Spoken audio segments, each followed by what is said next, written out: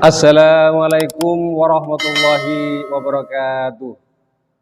Alhamdulillahirabbil alamin wassalatu wassalamu ala asrofil anbiya'i wal mursalin wa ala alihi washabihi ajmain amma ba'd. Teman-teman rahimakumullah, dalam kesempatan ini saya ingin menyampaikan satu tema tentang khusyuk, bahwa khusyuk artinya adalah tunduk, merendah atau takluk. Sedangkan menurut Rasyid Ridho, bahwa khusyuk artinya yaitu orang yang yakin akan bertemu dengan Allah di yaumul hisab, pada hari hisab, dan yakin dia akan kembali kepada Allah Subhanahu wa ta'ala. Sedangkan khusyuk dalam sholat artinya memusatkan pikiran dan seluruh panca indera seolah-olah atau merasa benar-benar berhadapan dengan Allah, bermunajat dan berharap kepada Allah Subhanahu wa ta'ala. Teman-teman rahimakumullah, Allah berfirman dalam Al-Quran surat Al-Mu'minun, qad aflahal mu'minun, bahwa sungguh beruntung orang-orang yang beriman. Alladzina hum fi sholatihim khoshi'un, yaitu orang-orang yang khusyuk di dalam sholatnya. Namun kadang-kadang kita dalam mendirikan sholat, ketika sholat kita ingat yang lain, ketika sholat kita ingat makan, ketika makan tidak ingat sholat, ketika sholat ingat barang-barang yang kita butuhkan di mana kita simpan, dan juga ingat hal-hal yang lain. Ketika sholat kita mengingat yang sudah kita lupakan. Dan dalam surat Al-Mu'minun tersebut bahwa khoshi'un, orang yang khusyuk, merupakan salah satu syarat untuk menempati surga Firdaus. Alladzina yarisunal, mereka yang akan mewarisi. Yang akan mewarisi apa? Yang khusyuk di dalam sholatnya akan mewarisi surga Firdaus yang kekal abadi di dalamnya. Teman-teman rahimakumullah, lantas apa kiat-kiat agar sholat kita menjadi khusyuk? Adapun kiat-kiat agar sholat kita menjadi khusyuk, yang pertama, bahwa hendaknya kita memahami bacaan-bacaan yang diucapkan oleh lidah atau lisan. Allah berfirman dalam Al-Quran surat Al-Muhammad ayat 24, afala yatadabbarunal qur'ana am ala qulubi akfaluha, apakah mereka tidak memahami Al-Quran atau hati mereka terkunci?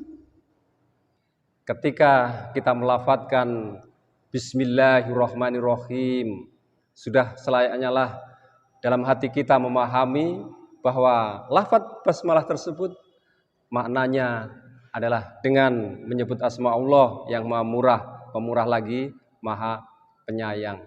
Ketika kita melafadzkan dalam lidah kita takbir Allahu Akbar, hati kita memahami bahwa Allah maha besar.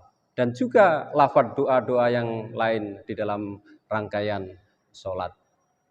Teman-teman rahimakumullah, adapun yang kedua, kiat agar sholat kita menjadi khusyuk, yaitu ingatlah akan siksa Allah nanti di akhirat kelak, atau ancaman Allah ketika kita akan dimasukkan ke dalam nar atau neraka akibat kita melalaikan sholat.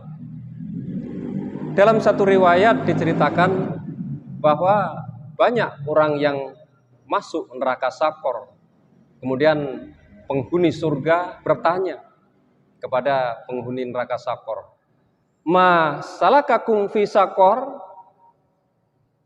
Wahai orang penghuni Sakor, apa yang menyebabkan kamu masuk ke dalam neraka Sakor? Kemudian penghuni neraka Sakor menjawab, qalu lam naka minal musholin. Bahwa dulu ketika di dunia kami termasuk orang-orang yang tidak mendirikan sholat. Dulu kami ketika di dunia orang-orang yang melalaikan sholat. Dulu ketika kami di dunia termasuk orang-orang yang mengabaikan sholat.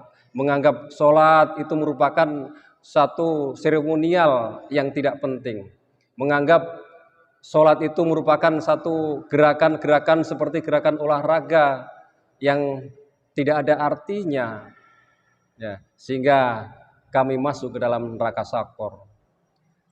Kemudian ada seorang anak yang melihat ibunya masuk ke dalam neraka Sakor, ya, maka anak ini serta-merta ingin mengambilkan minum air telaga Kausar, bahwa air telaga Kausar itu merupakan minuman yang manisnya lebih manis daripada madu dan nikmatnya lebih nikmat daripada susu. Kemudian setelah dia mengambil air telaga Kausar, dia ditanya oleh malaikat, wahai anak penghuni surga, mau bawa kemana minuman telaga Kausar? Ya, minuman ini akan aku berikan kepada ibuku yang ada di neraka Sakor. Maka malaikat melarangnya bahwa minuman telaga Kausar di surga hanya untuk minuman bagi penghuni surga tersebut.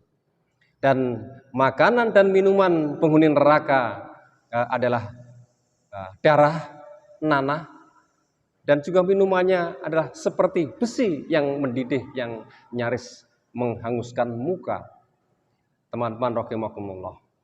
Nah, ketika dalam sholat kita ingat akan siksa Allah, akan azab Allah di akhirat nanti, maka akan mendatangkan kekhusyuan dalam diri kita, akan sungguh-sungguh dalam menunaikan sholat, agar kita betul-betul merasa menghadap kepada Allah Subhanahu wa ta'ala. Teman-teman rahimakumullah. Kemudian kiat yang ketiga, bagaimana sholat kita agar kita khusyuk, yaitu hendaknya mata kita menghadap ke arah sujud dan badan kita menghadap ke kiblat dan hati kita menghadap kepada Allah Subhanahu wa ta'ala. Teman-teman rahimakumullah. Ya. Itulah salah satu kiat, ya, agar kita di dalam menunaikan sholat, dalam mendirikan sholat itu menjadi khusyuk. Jadi ketika sholat dalam posisi berdiri atau posisi ruku pun, ya, kita tidak melihat ke atas, juga tidak melihat ke samping kiri ataupun kanan, tetapi menghadap ke arah sujud. Ketika rukuk juga menghadap ke arah sujud. Apalagi ketika sujud, maka kita seolah-olah Allah berada di hadapan kita. Dan dalam kondisi atau keadaan seperti itu, kita dalam hati kita adalah menghadap kepada Allah. Munculkan jiwa ihsan. Anta budallaha ka'annaka tarahu fa ilam takun tarahu fa innahu yaraka. Dalam ibadahmu kamu seolah melihat Allah. Kalau kamu tidak melihat Allah, kamu merasa dilihat oleh Allah. Teman-teman rahimakumullah. Itulah yang disebut ihsan. Ya, di dalam sholat hati kita merasa dilihat oleh Allah Subhanahu wa ta'ala. Dengan demikian kurang lebih ada 3 kiat tersebut agar di dalam mendirikan sholat kita khusyuk. Ya, apabila kita tunaikan, maka insya Allah dalam sholat kita akan menjadi khusyuk. Ketika kita mendirikan sholat, kita mendengar ada teriakan anak-anak, ada suara mesin kendaraan atau knalpot motor yang sedang lewat. Ya. Kalau ditanya, kita mendengar suara itu bukan berarti tidak khusyuk.